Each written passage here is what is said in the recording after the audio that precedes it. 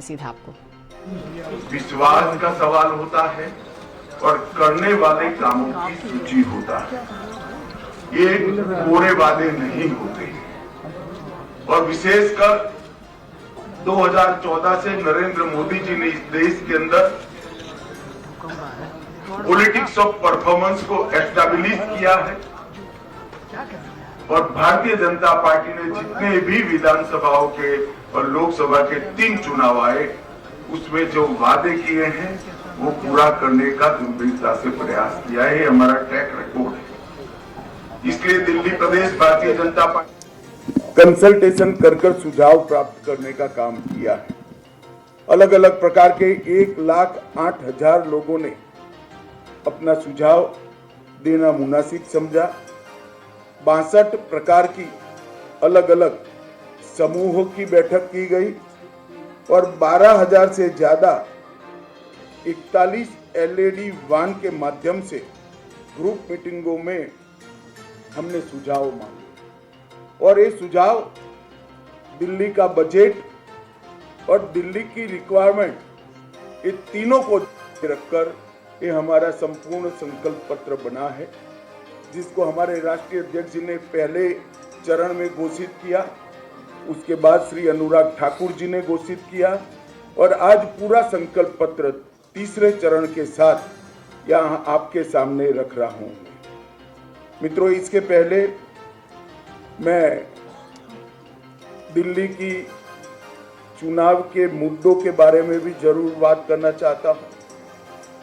हमने जनता के वादे पूरे न करने वाली सरकारें भी देखी हैं, जनता के वादे पूरे कर विश्वास अर्जित कर चूम के आने वाली भी सरकारें देखी हैं और असमर्थता घोषित करती हुई भी सरकारें देखी।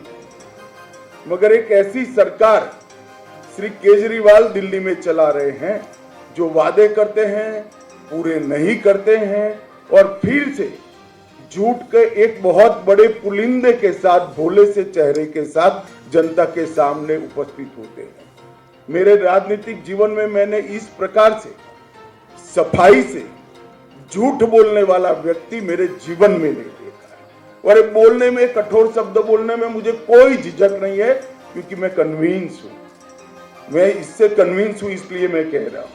ढेर सारे ऐसे वादे इन्होंने किए कि जिनको पूरा करने के लिए इनके पास ना तो समय है, ना इच्छा है, ना संकल्प। मैं सबसे पहले श्री केजरीवाल को ये याद कराने आया हूं कि इन्होंने कहा था कि मेरी सरकार का कोई मंत्री सरकारी बंगलो नहीं लेगी और उन्होंने बंगलो लिया।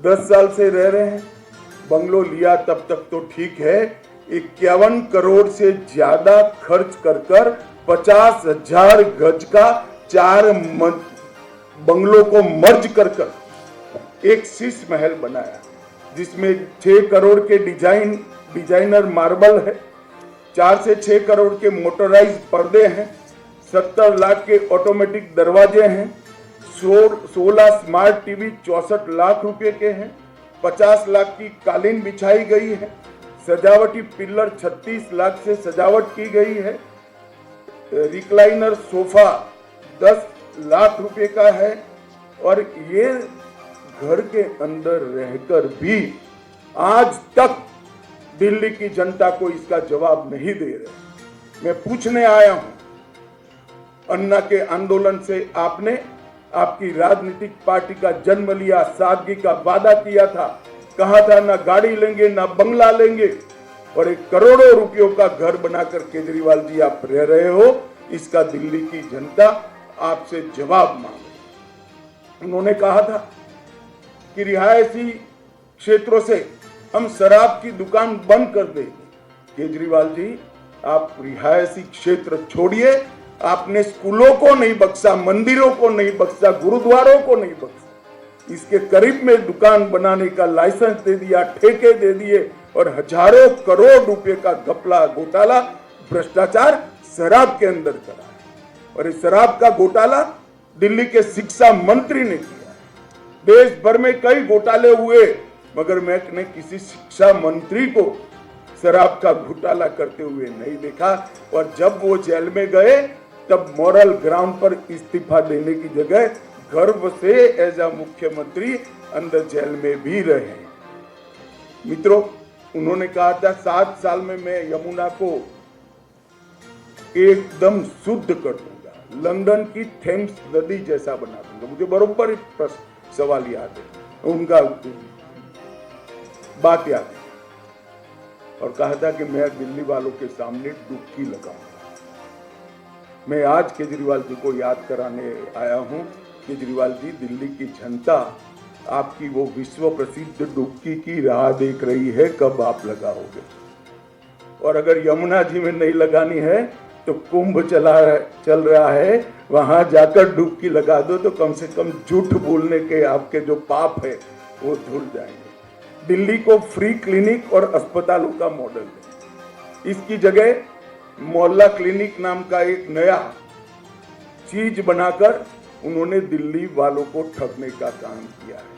मुझे बताइए, दिल्ली वाले मुझे पूछ रहे हैं, मिलते हैं, पूछते हैं, साहब हमें ऑपरेशन कराना है, कहाँ जाए? मोहल्ला क्लिनिक में ऑपरेशन हो रहा है क्या? मोहल्ला क्लिनिक। आगे बढ़ेंगे, कानपुर से खबर आई।